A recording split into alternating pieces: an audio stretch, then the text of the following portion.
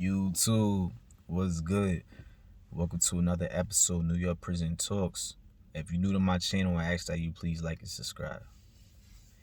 Thank you for coming for my channel once again.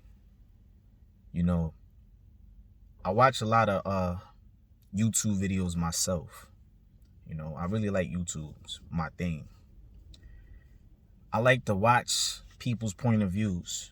And with that being said, I like to watch a lot of police videos, a lot of videos of how they interact with, just people on a day-to-day basis. I don't watch it in ways for me to be police. I watch it in ways to get the insight, because I never liked the police at all. I never liked police officers, cops, and whatever you want to call them. I never liked them at all. And I watch a lot of videos like Cold Blue Cam, Midwest Safety. I watch those channels, and they post a lot of videos of people getting arrested.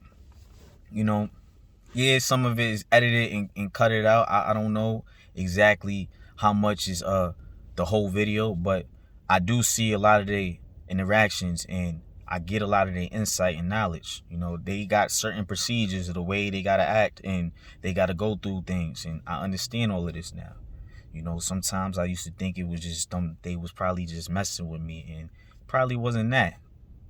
Probably I was just on the radar, or maybe the wrong cop just pulled me over, and they had to just go through the procedure like every other cop. The questions, want to know who you are, what you was doing, your whereabouts, things like that. I watched a lot of videos of dudes getting drunk. They got to go through 3 different little tests, and then they want to hit you with the breathalyzer test. They want to go through all of these tests, the sobriety tests. They want to hit you with all of them. I'm glad I never got caught with a DUI, DWI, any of that. Never drunk. Drinking's not even me. But me knowing and catching the insight of how officers work, it helps me, because I transfer this knowledge and I place it and instill it and put it in other people's minds that come to me and talk to me. I deal with a lot of people that is affected by gun violence or trauma, justice impacted people that's been incarcerated. This is what I do on a daily basis. This is my career now. I literally help people. And I try to give people the knowledge so when they leave my office, they could go back with a better mindset than when they came in, because a lot of them be coming in really messed up, and they come in with 100 problems, and I can understand all of their problems because I used to beat them.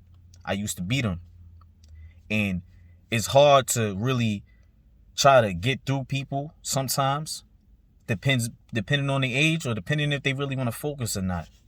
Because I'm always gonna say this, and I said this in videos, and I always tell people this: sometimes it's just gonna have to hit you for you to understand and for you to learn and grow.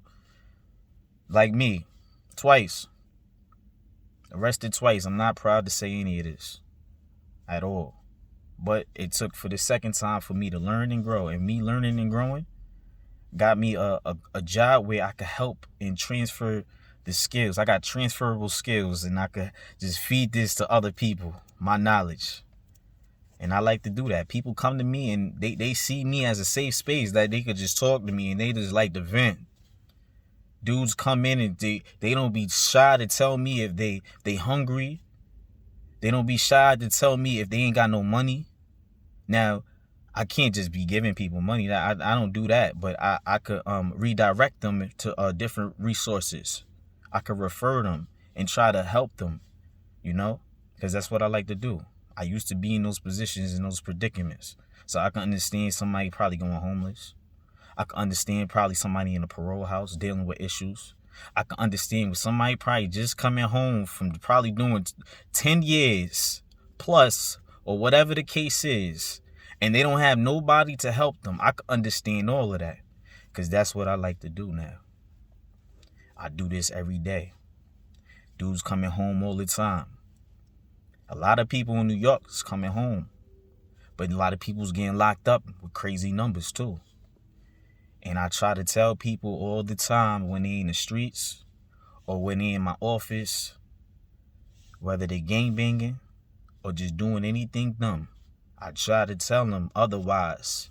I try to instill in their mind that what you're doing might not be the best route. There may be other better routes than what you're going through right now, you know?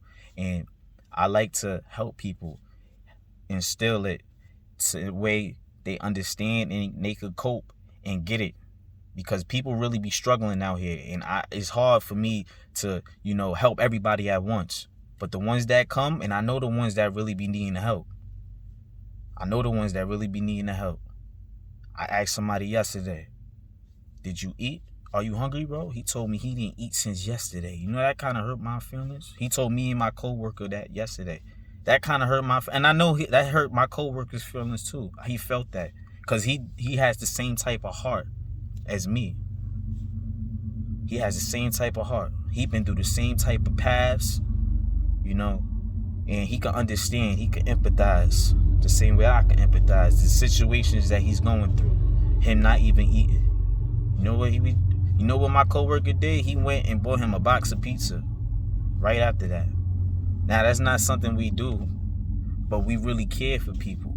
We usually have people that really come in there messed up, and I really try my best to help them deal and adjust to the circumstances that's taking place.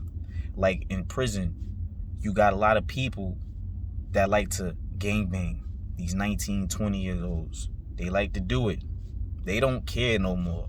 Right now, they really don't care. They just don't care because they don't know how bad it could get for them. So they doing all this dumb shit. They like to play. A lot of the 19, 20-year-olds, they like to play. They want to play. Playing around like horse playing. They want to just horse play. They want to act like they could bully you. I see them try to bully people in the dorms. Or I didn't go back to Max. I was in dorms this time, but I see them trying to like bully people. And it's when you see that happening a lot, they group up and form up. So when there's like 10 to 15 of them in one house in a setting, and they feel like they can run the whole house.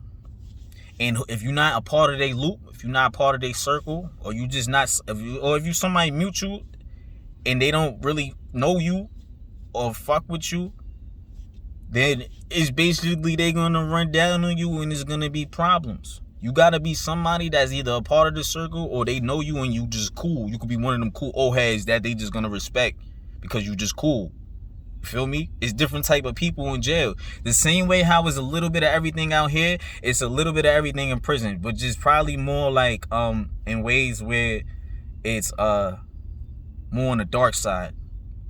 Because a lot of people in there is on drugs. A lot of people in there is gangbanging and just doing activities that they probably shouldn't be doing, for real.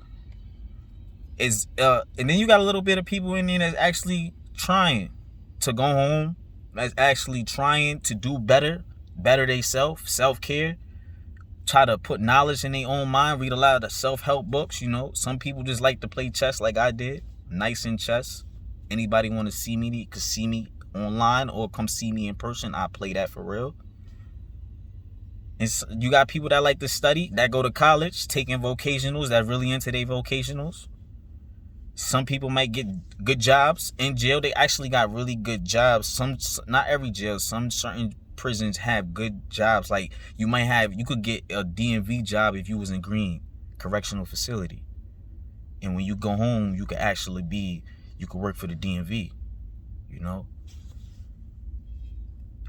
Some people in there take care of themselves. Some people just don't care, and they come home and their mindset is even worse. And they repeat the same cycle again. Some people just don't care. And for the ones that do care, I try to talk to them, try to get to them. Because it's like, I could see a little bit of me in them, and I try to inspire them to ways where they don't got to do the dumb shit that they probably was doing in the street. So when they go home, they could just do better and actually have a better life. Because the ones that's locked up right now, the ones that got 25 years right now, they 19 and 20, and they just don't care. And that's just the path that they're going to be heading for a long time. I know somebody right now, to this day, his name is Trigger. To this day, his name is Trigger. Trigger is 29 years old. He been locked up since 16. He got 13 years in. He been locked up since I got fucking locked up when I first got arrested back in 2012. And he got locked up in 2011. He got almost 14 in. He got 13 and some change in. This man got 22 years. And I know he caught new charges. He caught new charges because he went up top at 17, and when he was up north, it was just him doing dumb shit because he was gangbanging already. And he was trying to get his name up. He wanted to put on for the Billies. Badasses. He wanted to be a badass. The badass is going to get him some badass time. He's not doing 22 years anymore. He's doing more than that. I don't know the exact number. Hopefully everything is okay. I lost contact with him. But I just know that he still got that mindset of when he first got arrested at 16. He got arrested at 16, went up to prison at 17. And he can't adjust. And it's when he come home, if he do come home, and I'm praying he does. So when he do come home, it's going to be hard for him to adjust from you being 16 to coming home probably 40. That's hard time right there. That scars your mind because you've been in the system longer than you've been in the streets. That's what hurts. That's what hurts the most when you've been in the prison cells going through all of that bullshit longer than you actually been in society where you could just be free to walk. You know, don't got to look at walls and the sky and trees all day long. Don't got to look out through bar windows and stuff like that all day long. Or look out through screens with mad little holes in it where you could barely see. You don't got to go through that out here. So I just try to tell people out here right now before they do some dumb stuff. Or maybe they are going through the dumb things right now, but it's probably still a way. I try to help them. Because Trigger not coming home anytime soon.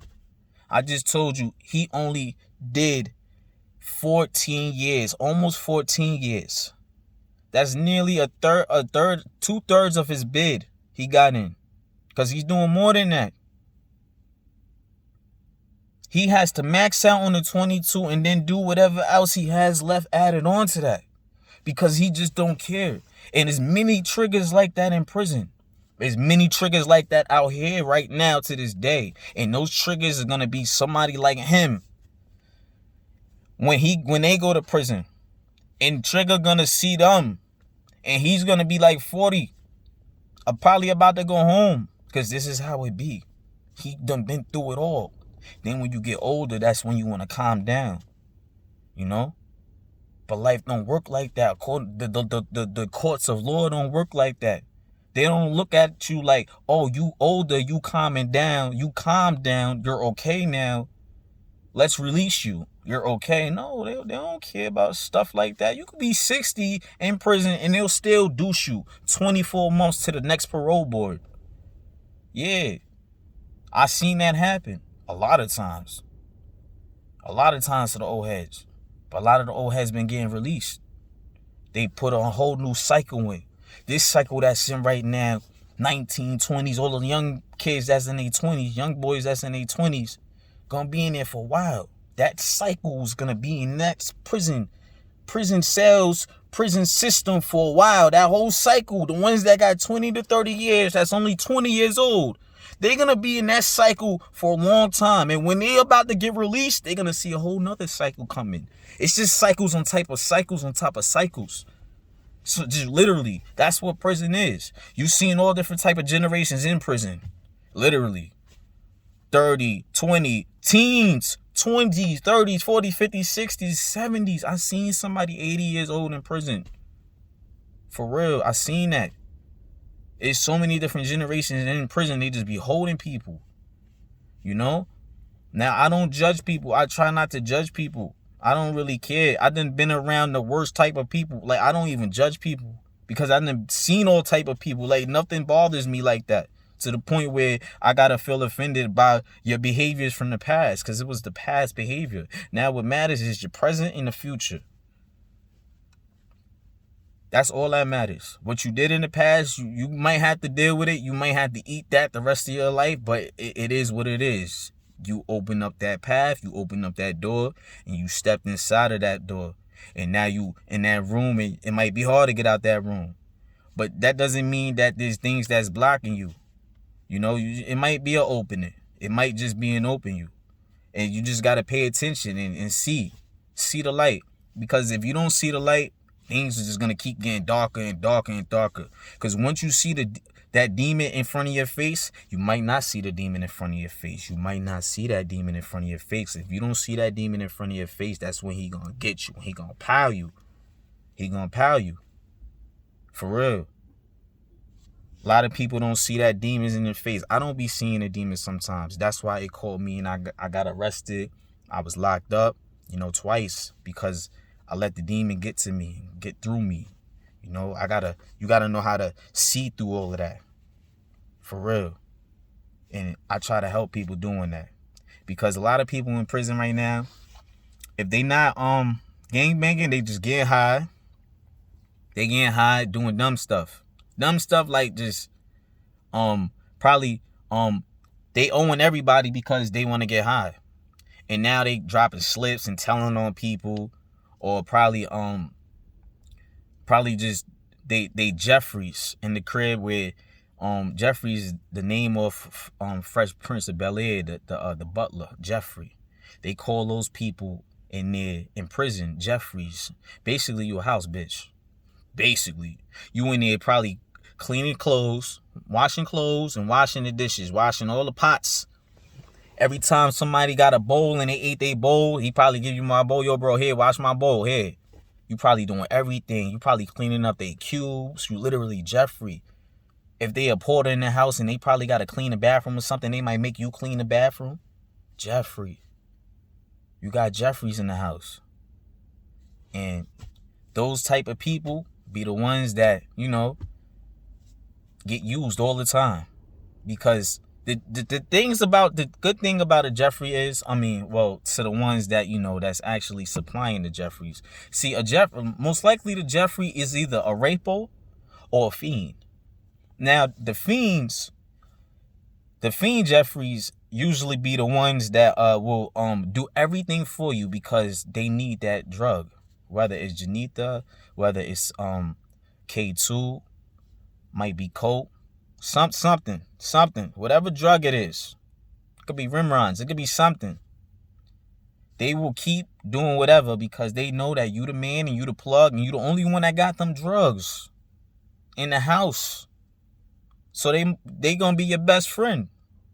Now, the rapo, those really be the bitch ones. Those be the ones where niggas don't give a fuck about you. They will beat you up.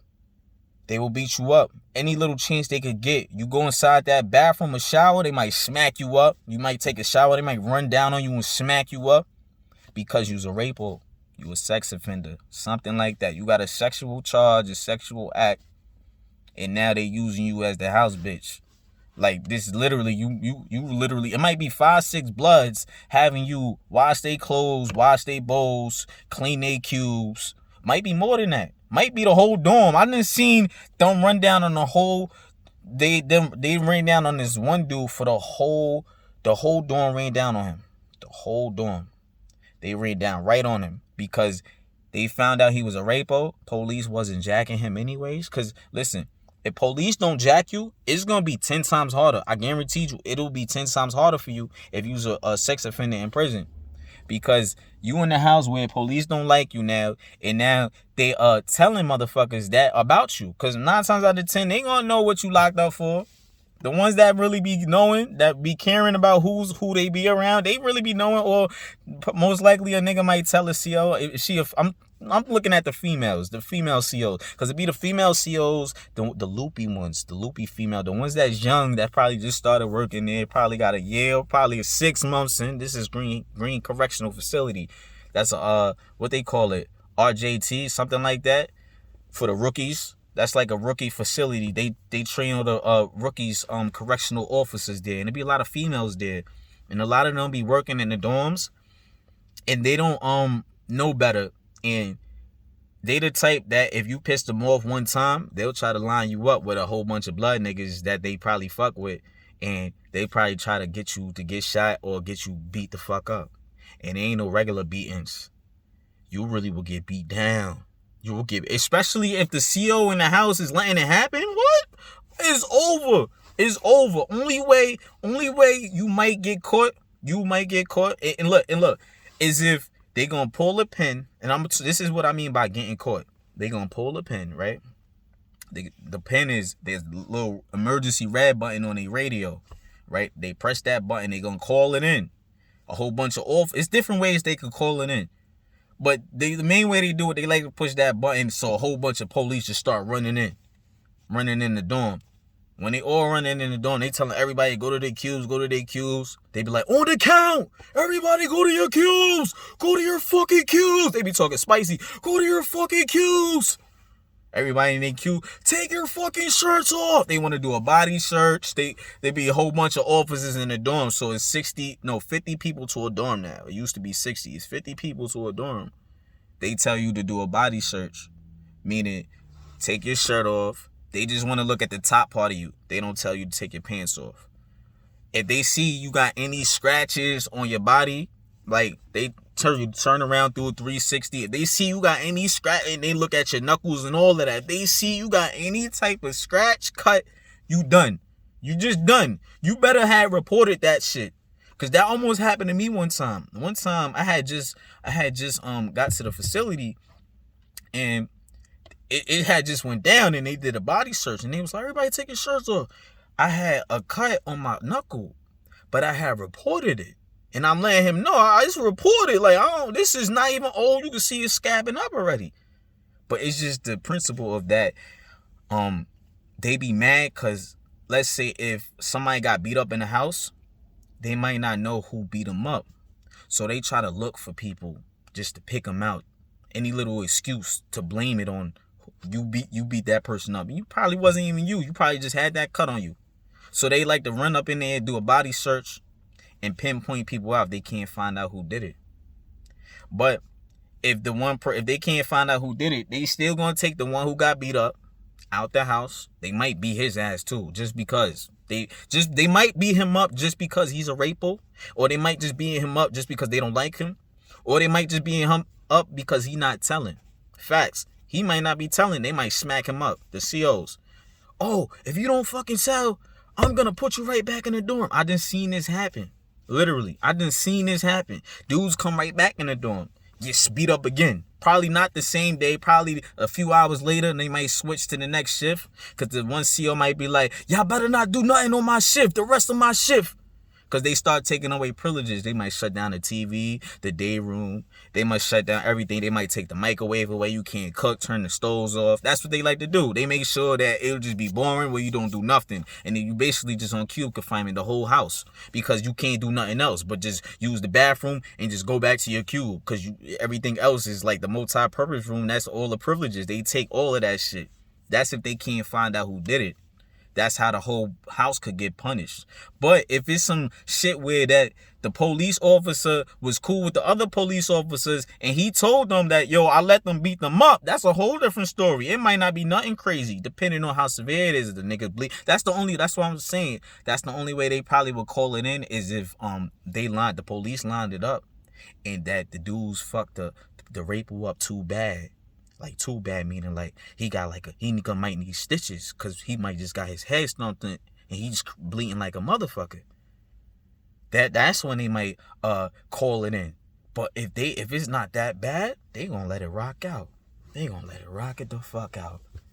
And I don't want to see young kids go through stuff like that or do that to people, because those be the ones that was gangbanging in the streets and they come home I mean, not come home. They go back. They go to prison or go back to prison, and then they do stuff like that and catch a new charge. They could catch a new charge. Any little thing you do that's hurting people, it's a new charge. Some people don't care about that. Some people just don't know. They just don't know. You punch somebody in prison, they don't know that was assault. You just assaulted somebody. In their eyes, it's just a fight. But to the courts of law, you technically just assaulted somebody. They don't be knowing that. I like to help people, though. This is what I do. What do you like to do? Thank you for coming to my YouTube. Have a good day. Thank you.